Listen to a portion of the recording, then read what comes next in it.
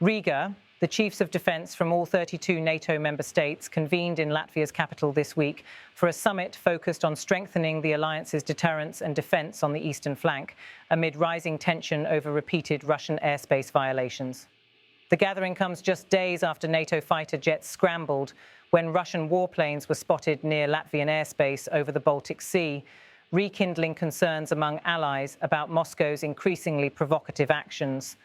Opening the high-stakes summit, the chair of NATO's military committee struck a stern note. Twice in the space of 2 weeks, the North Atlantic Council has met under Article 4.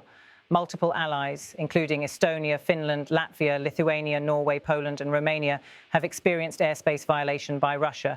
These acts are escalatory, reckless and endanger lives, and Russia bears full responsibility for these actions.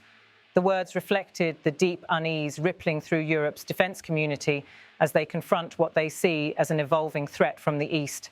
Inside the summit, a central debate emerged over whether NATO should authorise the shooting down of drones and warplanes that violate Allied airspace. Delegates noted that such decisions become most contentious when the affected NATO member cannot defend its own skies. One participant recalled a dramatic precedent.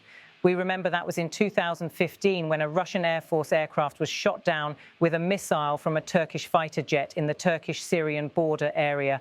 The stakes today are no less high. Just a few weeks ago, 19 Russian military drones entered Polish airspace, and now the Poles are saying that next time they would shoot down the Russians and no one could stop them because they have their own resources to do so.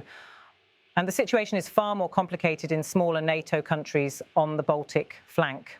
The problem starts here in the Baltic states, where there are not enough resources of their own. And let's say a Portuguese or Dutch aircraft has to take to the air to shoot down the Russians. Then it's a case for NATO. And in cases like this, there is reportedly a split within NATO. While Poland and Estonia, for example, want to shoot down Russian aircraft, Germany and some southern European countries fear military escalation. This split underscores a broader dilemma: how to deter Russian aggression firmly without sparking a dangerous spiral of confrontation. The summit also addressed the rising danger of non-traditional hybrid threats, which often stop short of triggering a military response but nonetheless destabilize European security. Recent months have seen cyberattacks disrupting major airports, including Berlin, Heathrow and Brussels, as well as suspected sabotage of undersea communication cables in the Baltic Sea, disinformation campaigns and environmental hazards from decrepit Russian oil tankers in the so-called shadow fleet. Delegates emphasised the limits of NATO's remit. NATO cannot counter all of the threats you mentioned. NATO can only intervene militarily in response to military intervention by a non-NATO country. That is why we also talk about the cases you mentioned, like hybrid attacks, damage of infrastructure such as communication cables in the Baltic Sea, environmental risks, bomb attacks, espionage, and of course disinformation. NATO cannot prevent all of this, nor should it. Other organisations should work together to find a response. The EU, national parliaments, the police, civil protection agencies and so on, to coordinate all this.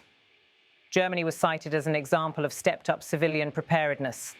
Germany established a National Security Council for the first time in its history this year.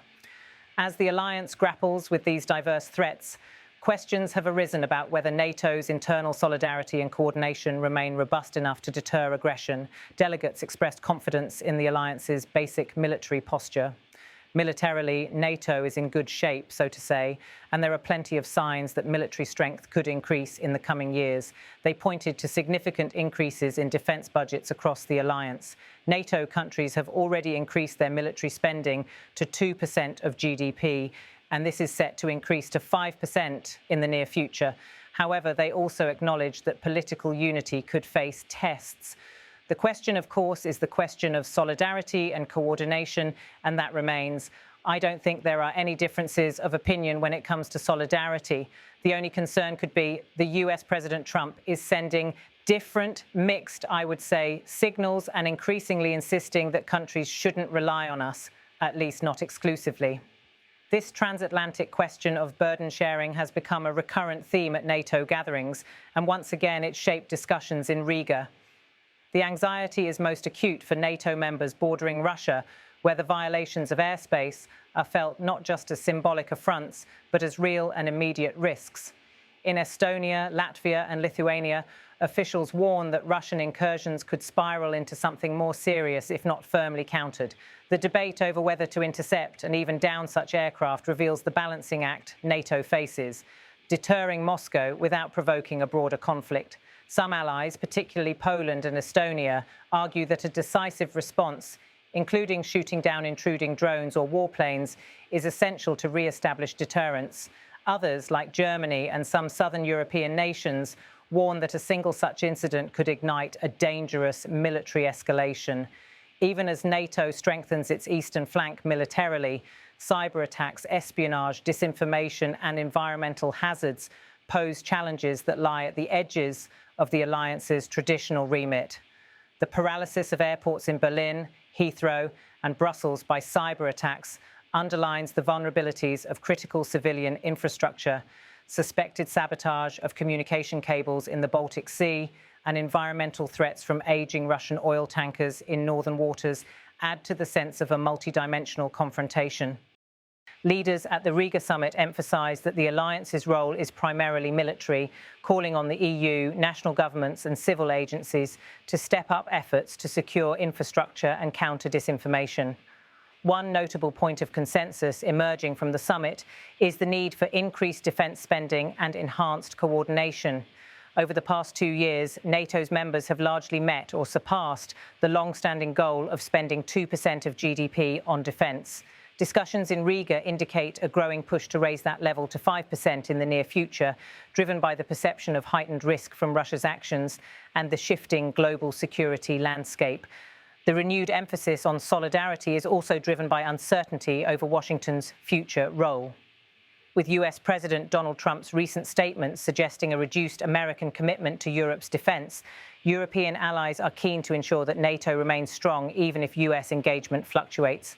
As the summit drew to a close, participants underscored the need to project unity and resilience, the chair's warning at the outset that these acts are escalatory, reckless, and endanger lives, and Russia bears full responsibility for these actions, set the tone for 2 days of deliberations that blended urgency with cautious restraint.